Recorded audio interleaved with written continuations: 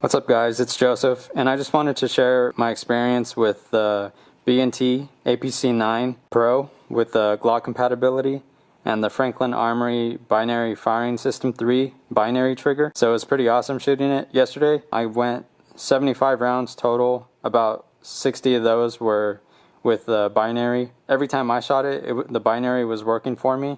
I let somebody else try it. They had some problems, but I think what they weren't doing was pulling the trigger back all the way before the release. When I had my friend make sure that he was pulling the trigger all the way back before releasing, then the binary was working for him. And like I said, unfortunately, I forgot to bring the 33 round magazines. As far as the install, it was not too bad. I found a video on how to remove a B&T trigger, so I used that. I used a punch set, a paper clip, and some needle nose scissors to reach all the small parts, and then I used the instructions to install it. Everything was smooth up until the end.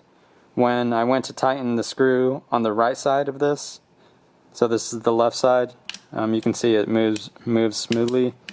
When I tightened the other side down, the trigger wouldn't move anymore. So I figured it must be squeezing on the lower. As you can see, it sits below flush. So when you tighten down, it just tightens on the walls, the outer walls of the receiver. So I wanted to take this out to compare it to the stock safety selector, but I couldn't remove it. At that point, I figured I'll probably just be fine leaving the right side off of it. And I was right. So with the 75 rounds, it never came out. It's stuck in there really good on the detent. So I guess I'll just have to leave it like this. You won't be able to get a ambi safety selector anymore, but it stays in the gun when you shoot it, so that's good. So yeah, that's about it. If you guys have any questions, you can leave them in the comment and I'll get back to you. If you liked the video, please leave me a like, subscribe, and share, and I'll talk to you guys next time.